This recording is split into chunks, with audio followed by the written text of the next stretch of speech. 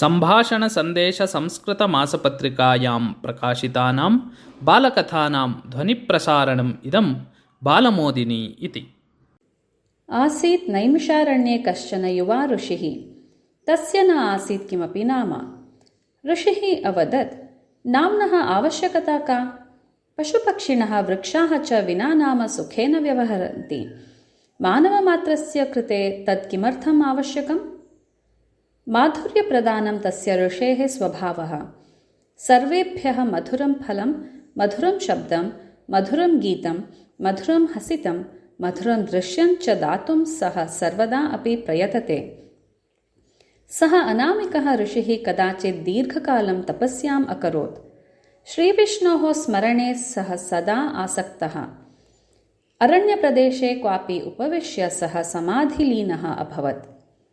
समाध्यवस्थायां सः निश्चलः निष्कम्पः च अतिष्ठत्। तदा कुतश्चित् आगताभिः मधुमक्षिकाभिः ऋषेः शरीरे मधुकोशाः रचिताः। स्कन्धे, जान्वोः, मस्तके, ऊरुप्रदेशे, समग्रे शरीरे च मधुकोशाः। सर्वे मधुकोशाः मधुना प्रपूर्णाः। लघ्वाकारः मधुकोशपर्वतः इव समभवत् सः ऋषिः। मधुकोशभारेण ऋषेः समाधिभङ्गः अभवत्।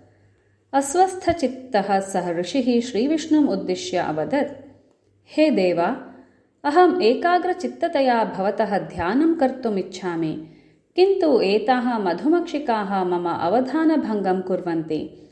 अहं किं कुर्याम्?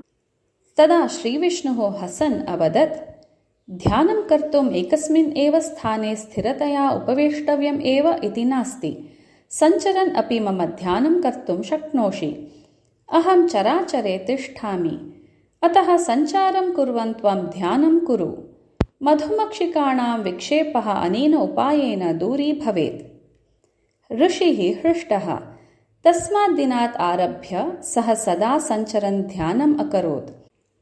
माधुर्यदानप्रियः अनामिकः अयं महर्षिः भूलोके सर्वदा सञ्चारं करोति। सः सूक्ष्मदेहं धृत्वा सञ्चरति। यत्र यत्र तस्य प्रवेशः भवति तत्र सर्वत्र वृक्षाः पल्लविताः पुष्पिताः च भवन्ति। विविधानां वर्णानां महोत्सवः वनप्रदेशे सम्पद्यते। विविधानां गन्धानां प्रसारः सञ्जायते। मधुमक्षिकाणाम् अविरतः गुञ्जारवः, भ्रमराणां गानं, कोकिलानां कूजनं च सर्वत्र आविर्भवति। वस्तुतः यदा अयम् आगच्छेत् तदा जनाः वदन्ति वसन्तः आगतः इति। समग्रे भूलोके सञ्चरति सः मधुप्रियः ऋषिः। तस्य आगमनेन स्पन्दिताः भवन्ति वृक्षाः, स्पन्दते पक्षिगणः, स्पन्दन्ते भ्रमराः, मधुमक्षिकाश्च। एवं माधुर्यात् अन्यत् किमपि अजानन् सः ऋषिः मधुप्रियः इत्येव नाम्ना ख्यातः अभवत्।